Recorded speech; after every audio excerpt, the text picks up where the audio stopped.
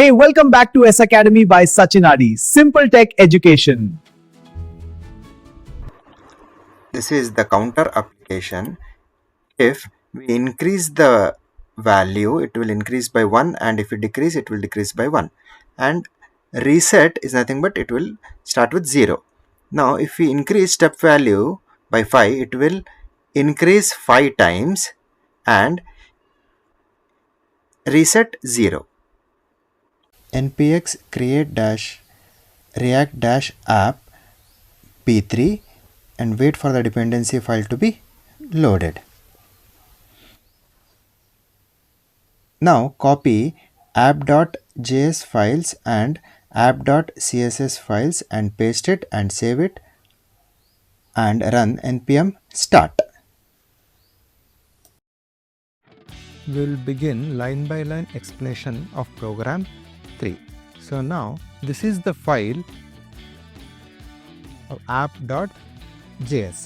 Here in the first line we are importing the functionality from other modules. Next, the React library is required to create components and JSX, and this use state including the parenthesis is known as a named React function. Next, useState is a hook that allows functional components to store and manage dynamic data. Previously, before hooks, we use only state components to store the data. Now, next line we are importing app.css. That is, we are taking the components which we write in app.css file into app.js file. Now the style becomes globally available by doing so. Next is the component definition, that is function app. We can say this app is the root component of the application. Next is the constant minimum value. We define a variable known as min underscore value and initialize this to 0. This improves readability and maintainability. Now, as the program definition says that the counter should not go below 0, here we are setting it equals to 0 and it should not go below 0. Next line is the counter state. Here we are setting the value of count by using useState. That means by using useState of 0, we are setting the value 0 to count. This can be done not directly, but with setting the value set count and to count. Now if we update any state value, then we do it by using set count. Here in this two, count is the current counter value and set count function to update the counter. Initially we set it to 0. Now the very important concept is React re-renders component whenever the state changes. So when set count, here the set count is changed, a UI user interface updates automatically. Next step is step state. Here again by using useState, we are updating the value of step, but initially we give the value as 1. Why? Because if we increase or decrease the value, it should update it by 1. That means it might increase by 1 or decrease by 1. Here, count and step are two independent state variables, and in our program we have two states, that is counter value and step value. Very important to note, React allows multiple state variables in one component. Next comes increase function and decrease function, and after that the reset function. But before going to these three functions, next we will see the return statement. Here this return, this whole thing, return will display what should be on the web browser. Here we have a container. So this container is nothing but this whole thing. This whole thing is a container, the white box. Okay, the white box is the container. Now in H1 we are giving the title as React Count application. So this becomes the H1. Next, we are displaying the value of count here. So in our program, the value of count will be displayed here. Next comes the three buttons, that is decrease button, increase button and reset button. This you can see here. So all this, the blue background of the buttons, and you have seen here the font size of this value is a bit higher than this one. So all these things will be done by using app.css. So next we have a step value to be displayed and input to be displayed. Now this input you can imagine yourself in HTML form. In form we will be having input type as text and input type as password and input type as the drop down. So in the same type here we have the input as number. So here this is the input type as number. So here we are just displaying the label what this indicates. Here this indicates a number. Okay. Now we'll go back to the buttons. So what happens actually when an decrease or increase button is called? Now if the button increase is pressed, that means here if this button is pressed, we'll go back to the program. So a arrow function is called. So now we invoke the function. What is that function? Now this function is invoked or called when we press the button. So how we can do it? Here we have a JavaScript function known as onClick. Okay na? A button mele press ಮಾಡಿದ ತಕ್ಷಣ the control will go from here to this function. So in this function we have here an arrow function. So here we have increase. So if we press the button increase, then now functionality goes here. Now what happens here? It takes the current values, that is count, and adds, here we have plus sign, adds the step value. Initially, for the first time execution, if you press increase button, the count value here we set it to 0 and step value we have set it to 1. Now what happens? 0 plus 1. Here instead of 0, when we press increase button, instead of 0, 1 will be displayed. Now In the same way, what happens is when we press the decrease button next here, the control goes from here to here. Now again the arrow function is called here, the arrow function is called. Now before minusing or subtracting the step from the count, first it will check whether the minimum, the value which it will increase or decrease is equals to or greater than minimum value or no. Here we have set the minimum value.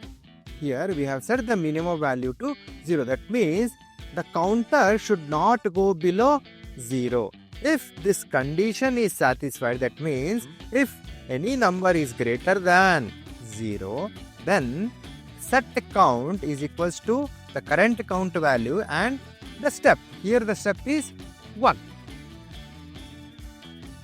Else it will be 0 only. So set count is minimum value. It will not go beyond 0. This is about the decrease function. Now we can go to the reset function. Here you can see the reset function. Here when we press the reset button, here if we press the reset button, the control goes from here to here. Again here we have an arrow function. This is known as the arrow function. So when we have the arrow function here, when it is invoked, it directly set count is 0. So now all the value which has been increased or decreased, if we have any other value here, it is directly set to 0. Till now we were talking about the step value to 1. What happens if we increase the step value? That is here the step value is only 1. Now what happens if we increase the step value from 1 to any other value? That is either it might be 2, 3 or 5. Now take an example of if we increase the step value by 5. Now what happens? Now if you see here we have the input. Now the value, the new value equals to the step, and it will be by default set to 1. Here min equals to 1. It prevents the negative values and 0. And this value equals to step is used for a controlled component binding. Now type equals to number tells that only numeric values are allowed. Now what happens if we click on, then click on here 2 or 3, if we set the value 2 or 3 here. Now the on change function is invoked. Now here on change equals to, here we have E. So E is nothing but event object. Now some event has been triggered. Now these events will be triggered here in 4 ways. The first, when we press increase button. Second, if we press decrease button. Third, if we press the rest button, or sorry, reset button. And if we press this step values.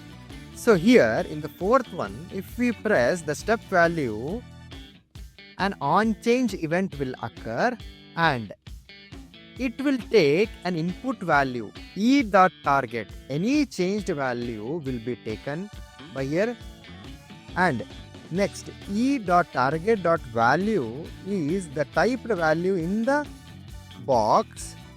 Now this number function, now whatever first value we give will be in a string. Now what happens if we call this number is the string value is converted to a numerical value. Now next is the set step. Now any changed value will update the state. So if we don't have this number function, step any value, if we increase or decrease, the step value would become string, and this will become a bug in our program. That means we are adding a string to a number. So it is wrong. We have to add a number to a number, or we have to subtract a number from a number. Okay, so we will be having the number function. This is the purpose of using number. And all after converting the string value to number, this set step will give the updated value. That means the state value in the component is changed. So this is a brief explanation about our third program. Now, here we can see a diagram what happens when any action is performed. First, if the user clicks increase button, increase function is called, and this updates state by using useState hook. So what happens here is count state and step state will be re-rendered by the React, and a new value will be updated on the screen. Next, again, if we click on the decrease button, a decrease function is called. Again, what happens? This updates the state value, that is count state and step state, by using again useState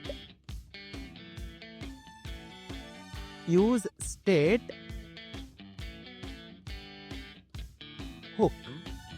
Again, these new values will be re-rendered by the React, and again a updated value is displayed. That is, a new counter value is displayed onto the screen. Now the third action is, if we press the reset button, now a new value will be assigned, that is 0. Next, if we change the value of step input, that is, if we change the value here, what action will be performed? Set step to a new changed value will be called, and again the count state and the step state will be re-rendered by the React, and again an updated value will be shown onto the screen. Now this is about a brief explanation of the program. Now we will see a brief explanation about app.css. Now you can see we have written a code for body, that is the font family should be Arial and background should be in linear gradient, that is from dark blue to a light blue. So you can see here. So this is the background. And next we have the container, and in the first I have told you what container is. So this, what is this white, we call it as the container. So here you can see all the text should be aligned to center, margin the top should be some 80 pixel and background should be pure white. The width and height should be set, and padding should be 30 pixels. So border radius is 12. Now you can see the border radius. So here we have a slight curve, so that is the border radius. And next we have the counter. Here the font size is 60. So this is the counter. So previously I have told you the font size of this one and this one is different. Why? Because we have done some changes in the app.css. Now the control buttons, that is increase decrease button and also reset button. Here we have controls button. Now you can go to the program and you can see here we have for buttons we have class name controls and here class name as counter. Okay. Now for controls, what we have done the margin and font size and border radius is 8. So we have a bit curve in the buttons also here. And next the color is, that is the text color. Now whenever here cursor is pointer means whenever I put my mouse pointer onto this button, it will turn into a icon just like a finger icon. Now here all the 3 buttons, that is increase, decrease and reset button, I have set it to blue. Now what you can do is you can again for reset button, only reset button, you can change it to red or somewhat orange color. Again, if you have to do so, in the program you have to give again a different class name for reset button and again write as minimum CSS code for to change the color for that reset button. Now hover andre adra mele a button mele hodage the color will be changed from the button color will be changed from a light blue to a dark blue. Now this is about the step control. Here the step value, what is this will be controlled by dot step dash control. Now here in this step control we have again an input value. So here the font size is 16. If you increase the font size here, one number is there na, so that will be increased, the size of this number will be increased. So this is about the CSS. Hope you have understood it clearly. If you have any doubts you can comment me and also share and subscribe my channel. Thank you.